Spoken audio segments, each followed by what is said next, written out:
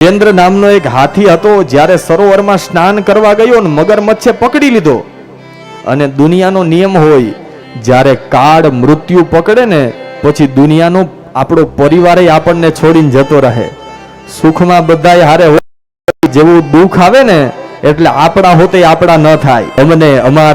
અમને અમારાનો અનુભવ છે, તમને તમારા પણ દગો દેશે. અમને અમારાનો અનુભવ છે. જ્યાં સુધી ગજેન્દ્રમાં શક્તિ હતી ત્યાં સુધી પરિવાર સાથે હતો, પણ હવે મગરમચ્છ જેમ જેમ ગજેન્દ્રને પાણીની અંદર ખેંચતો જાય, પરિવાર પણ છોડીને જતો રહ્યો. હવે થયું જ્યારે દુનિયામાં કોઈ ન બચાવે ને ત્યારે નારાયણ બચાવે.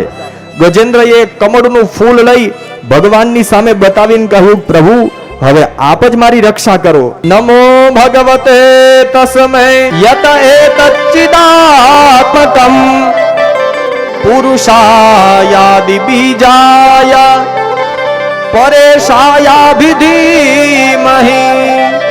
એક જ વાર હરિ એટલું બોલ્યા, ખાલી 2 અક્ષર બોલ્યા, હરિ એટલું બોલ્યા, એ જ સમયે ભગવાન પ્રગટ થયા. સુદર્શન ચક્રથી મગરમચ્છનું મુખ ચીરી ગજેન્દ્ર હાથીને મુક્ત કરાવ્યો.